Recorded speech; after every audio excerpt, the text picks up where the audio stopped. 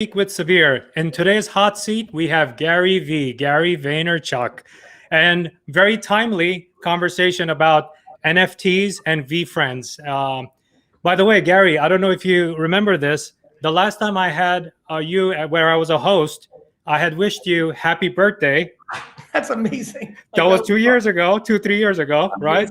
And today I'm going to wish you happy birthday again, which happened just this, recently. So happy birthday to you, my friend. So I think that's what we will do. This will become a thing. On or around your birthday, we'll do an episode together. Love it. It's great to see you, my friend.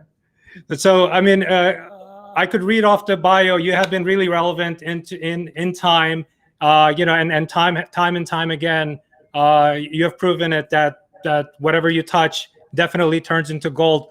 When you're doing it, everybody thinks you're crazy, but you're right at the tail end. It's mainly because I don't do things without truly doing homework and truly relying on my intuition, and I don't get loud unless I have unbelievable levels of conviction. Otherwise, I would tarnish my reputation, and who would want to do that? Okay. By the way, besides your birthday, one other thing I want to highlight. Today is this show's 50th episode. So this is a very special episode, and I wanted to have a very special guest on the show. So what is VeeFriends and what are NFTs? I'll start with NFTs. NFTs are non-fungible tokens, but what they really represent is something that people struggle with, which is the concept of owning something digitally, because most people think through an internet lens, not through a blockchain lens, right? Much like when I did winelibrary.com in 96 and was talking about the internet in 95, most people struggled with it because their lens was the real world. They couldn't understand that somebody would want to buy something on the internet. They're like, literally, Sabir, everybody would just say to me, well, why don't they just go to your store? I'm like, because they live in Ohio. My dad's store is in Springfield, New Jersey. When people, right now, we've had 25 years of a mature internet. And so the concept of owning something digitally on the internet is non-existent. As a matter of fact, I think we can all remember copyright was a big conversation in early internet. Even people that actually owned the intellectual property of Simpsons or The Tonight Show or Mickey Mouse, they were struggling with the internet because the internet is not built to know who owns what or how. The blockchain is. It is a ledger. The same way we own homes and somebody in the state and the county and the country has it on a ledger is the same thing now that's going on digitally, a decentralized system. It's actually just remarkable how much this is going to change our world. One of the first things that we're seeing on it is collectability and art. Obviously, with my background here and my career background, very natural to me. But with the blockchain and NFTs, a non-fungible token is also going to be and is about the contract. VeeFriends specifically, yes, it's a collectible piece of art like this ambitious angel I'm about to show you. I'm working on something right now, right? It is this. It is the accountable ant, but it's also a ticket to 3 business conferences. First one being May 19th in Minnesota, VCon. So it's a collectible that has a contract under it. Every contract, I believe, over the next 3-4 decades will be on the blockchain. Your house, your car lease, marriage certificates will be NFTs, right? Think about where people's marriage certificate is. People don't even know, probably in a safety deposit box. Now imagine in 22 years, a remarkable piece of art that is your marriage certificate. Really interesting where this world's gonna go. So an NFT is owning something digital. It's a digital asset. And because there's this new thing for many called the blockchain, it can affirm that, it can confirm that. That will allow for things to transpire like we see every day now where people, Post Malone last night spent $750,000 buying 2 apes because he owns them, not because he can right click and save it or all the jokes people make. And people are struggling with that technology shift, and that's okay. I've done very well, to your point, on technology shifts and the consumer behavior around them, especially the ones that most people say no to. I really look for the thing that on first take, most people are like, this is crazy, no way. I do extremely well with that, saying maybe. And 1 out of every 20 times I say maybe, after 50 to 100 hours of homework and checking myself on my intuition radar, I say yes. And when I do this gesture, that means I'm going pot committed. I'm putting the reputation on the line. I'm putting my money on the line. I'm putting my time on the line. And I'm putting my legacy on the line, most of all. And that's what I find myself in right now in NFT land. So you and I have gone through this journey, I would say, independently for the past 25 years or more than that now, right? E-commerce, social media, you name it. Now it's cryptocurrency. By the way, I was running the cryptocurrency channel at VaynerMedia on Slack. Oh, I remember. Yeah, when I was here, when I was there. And as you know, I was incredibly not active on that. I bought Ethereum and Bitcoin in 14, 15. I was watching. There's plenty of interviews where I talk about it. If somebody asked me about it, what I tend to do is focus on timing. Yeah. To me, what I recognized in December and January were the same thing I recognized about sports cards 4 years earlier, the same thing I recognized about the internet in 2005-06. Something's happening. 05-06, it was, this social media thing seems like a big deal compared to just search and blogging. In sports cards, it was, wow, was my first love coming back into the culture. And with NFTs, it's, okay, the promise I believed was potentially true about Ethereum is now on the pre-dawn of going mainstream. Let me get serious. Yep. But the thing is, the point I wanted to make was during that journey, you and I both saw there was quite a lot. There was a bubble. There was legitimacy, but there was also a bubble that had to burst. And I was looking forward to actually that bubble bursting. Do you see this the same with NFTs? And I really hope that 90% of cryptocurrencies go away. Yes, I think the answer is yes. And good news for your hope, they will. It's just the way supply and demand works. What you're referring to is the ICO winter of 17. There was a lot of validation. There was too much greed, and the whole thing kind of collapsed, quote unquote. Same thing's happening right now. Way too much greed, short-term transactions, all about the money, not about the long-term of it, which is fine. I'm a entrepreneur. I'm a businessman. I believe that people should do what they think is right for themselves. But I think everyone should recognize that there are 1,000 NFT projects coming out a week, all basically the same thing. Some sort of character with some sort of adjective in the form of 5,000 to 10,000 pictures with a Discord and a Twitter with a roadmap. Like, it's all the same shit.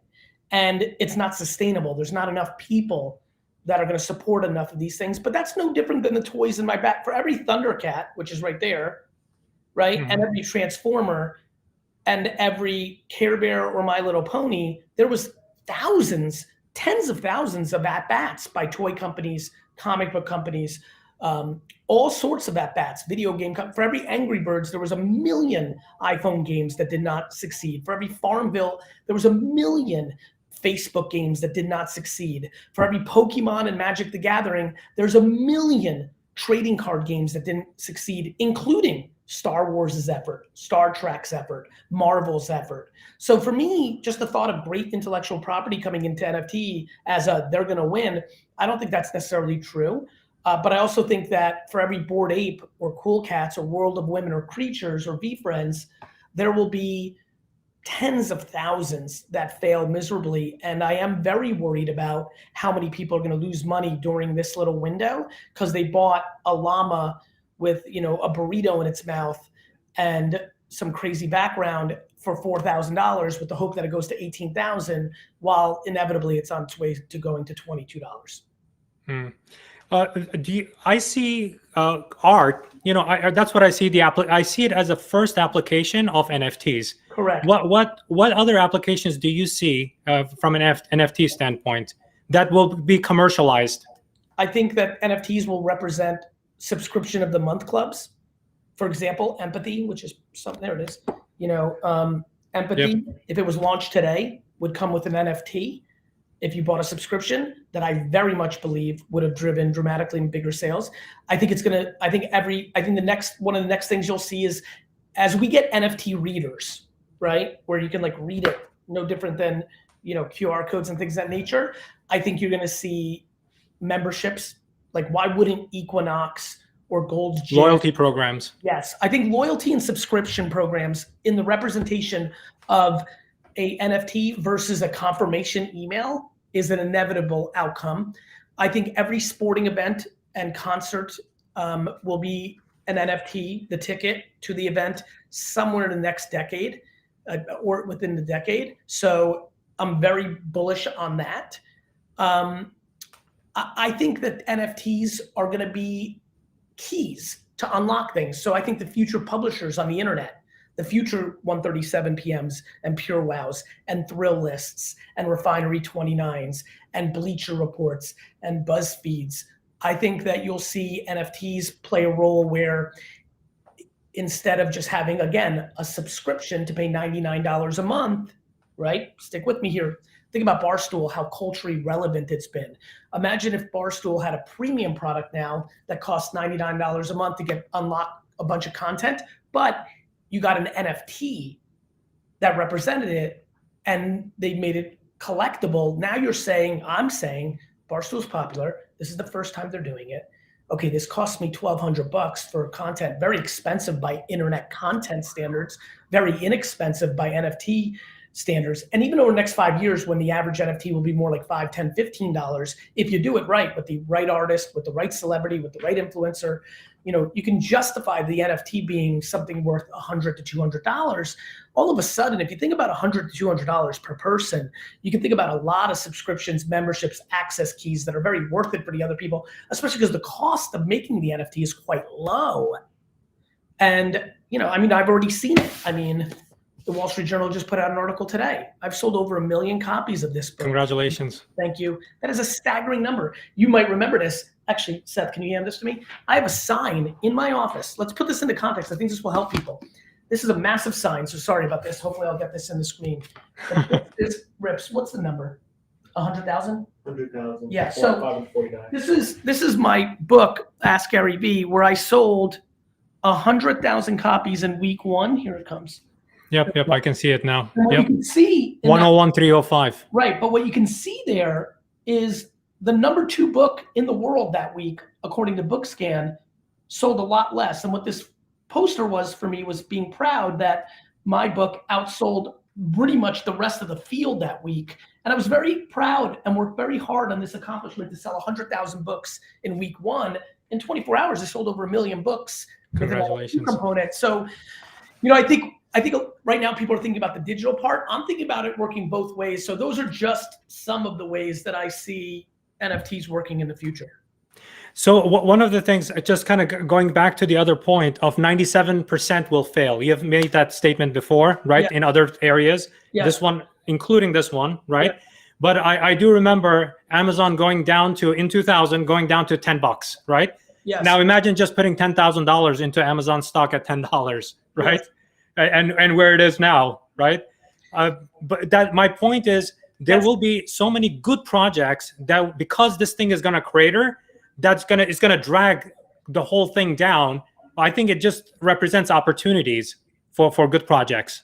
I believe that the NFTs made between 2018, 17, 18, and 2021, this year, this era, there's a little small group for 17, 18, 19, and there's obviously a lot more here for 20, and especially 21. I think that 5-year window, that, to your point, there are probably 17 to 55 projects that, to your point, next year, the following year, whenever we have the winter, AKA the internet stocks, when March and April of 2000, Yep. shit will get washed. But if 97 and 98% fail, when you think about how many good projects there'll be in that 2 to 3 or 1%, even if I'm off, even if it's 99.7% fail, in that 0.3, to your point, will be, I mean, for example, I'm unbelievably confident in VeeFriends because I know I'm doing it for the rest of my life. It will get washed into there. So will many others. Curio, it's why I'm a big fan of Curio cards. It will forever be the first kind of NFT art piece. There's an Ethereum land thing before it, but it's kind of established in a lot of ways, the collectible framework. CryptoPunks, Bored Ape is the big winner of 2021. You know, you really look at these projects, you're absolutely right. That will be, from an investing standpoint, a very interesting opportunity and time, and it'll be fun to see how it plays out. Yeah, definitely. So now let's go through some practical ideas, right? Our mutual friend, Ben Bonart, amazing artist, very talented, very traditional artist, right? Doesn't know anything much about the digital art, from that perspective. What's your advice for someone like Ben Bonart You and know, other artists like him? yep. My first piece of advice is don't say no. What a lot of Bens, I don't know where Ben went on this because I've been so busy, but what a lot of Bens are doing is they're saying no. They're saying no, and they see it as a threat. They go into scarcity mindset. They see this as a threat. Too many traditional artists, especially contemporary artists who make me like, the contemporary artist fought for the last 60 to 70 years for its legitimacy in the art world. And so many of them are so quick to shit on NFT art after their ancestors, the Jackson Pollocks, the Andy Warhols, fought so hard. They stand on the shoulders of individuals who fought for a different conversation than just what we saw from Europe in big, right? And so, what I say to artists is don't say no. Spend 30 to 40 hours really learning, get into Discords, get into Twitter, watch NFT 101 videos like I did, like do your homework. And before you say no, do your homework. Too many people just see it as a threat and say no. And I'm always a big fan of jumping on the wave of your threat instead of trying to fight it. And so there's, you look at Damien Hirst, you look at Tom Sachs, you look at what we're doing with Artificial, with Vito Schnabel, who's a legit, gallery in the game. We're really looking at it very seriously, and you see a lot of success for contemporary artists jumping into the scene. And I hope more are thoughtful about it. It's not that they have to. It's not like you should. There is no supposed to in life. But I think a general rule is shitting on the new thing because you have financial vested interest in your thing is a very, very bad strategy. Yep. I mean, we've seen those conversations, right? Retail commerce versus e-commerce, TV versus social media, right? I mean, those are equals, when there were fights like that. So now we're talking about digital art and this transformation of art versus traditional art. But the thing is, you should, if you have any doubts, look at Smithsonian, right? It's happening. It's not like just nerds and people in their basement and beaten up garages doing this. Has become kind of mainstream now, and it's going to become even more mainstream. Yeah, I think it's kind of hit the slight touch of mainstream, right? Like that, like just that kind of like right there. And as its first burst, kind of like Katie Couric and Gumbel on the Today Show saying, the internet, what is this internet? Like, you're starting to see that. The Beeple, the Beeple sale really put things into a frenzy. Most people had never heard of it, and now they're hearing something about $69 million at Christie's, and they're like, what's going on? And then they hear it's a piece of digital, and they're like, no. And it's a staggering number, and I totally get it. But I agree with you. I think it's gone mainstream. At this point, you could survey, let's say there's 300 million Americans. You could survey 150 adult Americans, call it 15 to 55 or 15 to 95, and say, let's just put the whole gamut in, besides very young children, 15 to 95, and say, do you know what an NFT is? Have you heard of NFTs? Not do you know what it is, but have you heard of NFTs? Do you know what it is? Not explain it to me, but like, have you heard of it? Have you heard of NFTs? I think gets answered at a very high percentage, which is the starting point. Very cool. So the next two, actually, I'm gonna hit you with two questions at once. Okay. Number one, I mean, you mentioned your book, and what I want to do is I want to tackle that. In the old days, it was paperback. I mean, you can still buy paperback and hardcover. Phase 2 was Amazon Kindle and Audible, right? Audiobooks. Phase 3 with NFTs, and you're an author. How do you see that? How should other authors and people who write think about NFTs? With Gary Vaynerchuk's next book, would that be with a publisher, or is it an NFT? Time will tell. Lucky, or maybe strategic for me, I'm done with my book contract, so I am a free agent, which is always a nice place to be off a monumental success. You know, I think that a lot of authors will go down the NFT route. I very much am interested in going down that route. You keep more of the economics. You are able to pre-sell a book and make the NFT the asset that represents getting a book. All of a sudden, you don't have to go get a publisher to give you the advance. You just got the advance. If you're good enough to have an audience, what people learn about publishers is they're very good in the logistics business, but they're not brand building. Like they're not your sales team. They're not your brand team. You have to sell your book. And a lot of people don't know that, right? They think they're going to sign with a big company and they're going to take care of it. That is not the case. And so, yeah, I think in the same way that you saw self-publishing explode during the internet era, I think you're barking up the right tree. I do think a lot of books and albums that were historically sold to a publisher will now be held by the human. Yep. So Gary, let me ask you this question. I know that you don't watch much TV or movies, but one of my favorite movies, and everybody hates me for loving it, is Sharknado series. Yeah. I love it. I'll give you the reason. It's not that sharks were attacking and stuff like that. That's interesting. What was interesting was how people got cast to get into the movie was very interesting to me. And for me, I see, if I take the next few steps, I see movies like Sharknado or even Kickstarter projects, right? That I think NFT could play a huge role in the movie industry. What are your thoughts? I couldn't agree more. I fully believe it. I actually think that NFTs are a huge innovation or a huge threat to the Kickstarters or the GoFundMes, depending on how they view them, right? I am in huge belief of it.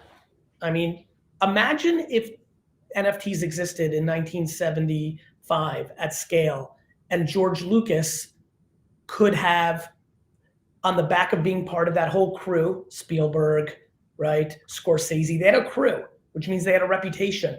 Imagine if George Lucas had a little bit of influence, had 5,000, 10,000 followers talking his game about independent movies. And imagine if George Lucas could have funded Star Wars through audience. Imagine the golden token would have allowed you to be cast as Luke Skywalker. Because don't forget, what was really interesting about George Lucas was he cast unknowns in that movie. Imagine if that token represented 1% of all royalties. One of the things I wanted to do with VeeFriends, but we're not there yet with securities law and the SEC and things of that nature, is I wanted my original holders to participate in my activities. I didn't want to make it a security, so we had to wait on that. But as evolution goes, laws change. Who knows where this can all go? It's all being one roundabout way of saying, yes, I think right now there's a kid at NYU right down the street who's on the verge of making a Godfather, a Star Wars, a Jaws, and she or he is going to fund that through dropping an NFT project. And some of the people that fund it will find themselves on the silver screen. Others will find themselves participating in economics. Others will find themselves owning a collectible of this thing that was destined to become a cultural icon. I did the Today Show today about the book, right? And I'm bad with names, but one of the Ghostbusters, the original Ghostbusters was on. He was on, and it was just cool. He was like, I was right before him, so I was listening to his interview in the studio, and he was like, look, when we made Ghostbusters, I thought it had a chance of being a hit. I also thought it could flop. I definitely didn't believe I'd be sitting on the Today Show 40 years later talking about Ghostbusters. That's why I love intellectual property. That's why I love Superman was originally written almost 100 years ago. Like, this is cool shit. Religion is, story. Think about what that was. Think about that story actually 2,000 years ago. Like 2,000 years ago, people chilling around a rock and some fire, telling a story in some version similar to the way we know it right now. Yeah. Stories rule the world. Creativity has been lost on adulthood in the modern century that we've lived in. I think NFTs have an incredible way of potentially resparking curiosity, creativity, imagination. I'm very excited about what this is going to push us to. I have two more questions, and I think we're good. The next question has to do with business. So I'm in e-commerce, right? And my heart is with from Fortune 100 to startups to small businesses. How should they be thinking? Like that advice 20 years ago, you and I would have said, you need to have an e-commerce site. You need to have a website at least, you know?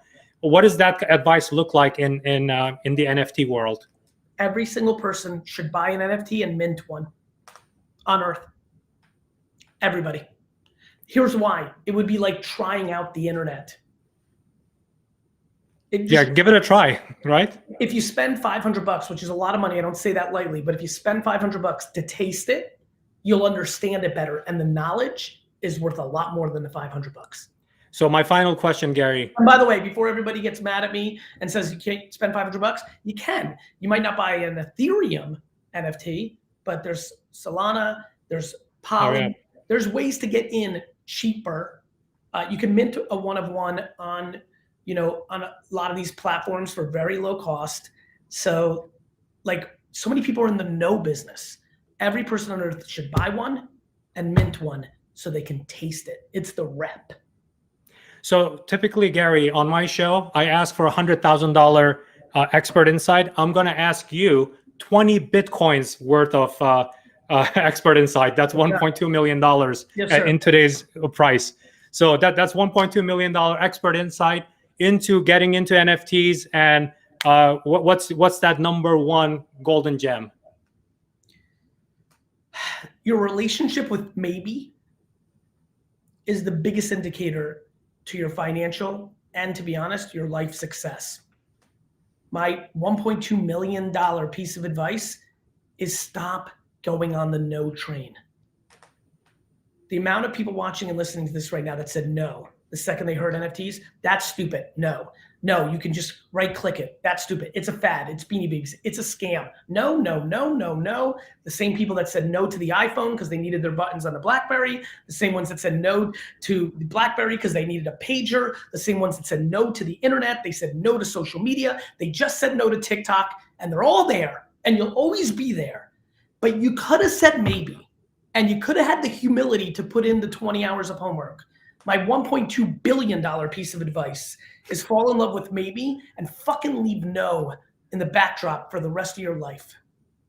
And this weekend, my recommendation, there's plenty of videos on YouTube on NFT. Just type in NFT explain, how to NFT, what is NFT, consume that. Just start with step one. That's right. Step two, go on a platform like OpenSea or Rarible and just scroll around. You don't have to buy it yet. Just to learn, just to get your footing. Even if you have doubt, invest $500 or $100 into yourself and get into it and see that you kind of get the feel for it. Discord and Twitter are the two places where a lot of the community is living. Check those out. Amazing. Gary V, thank you for being on the show, and thank you for making this 50th episode of This Week with Sabir. Bless you. Very special. And thank you for being my friend. Thank you for being my friend. Love you, pal.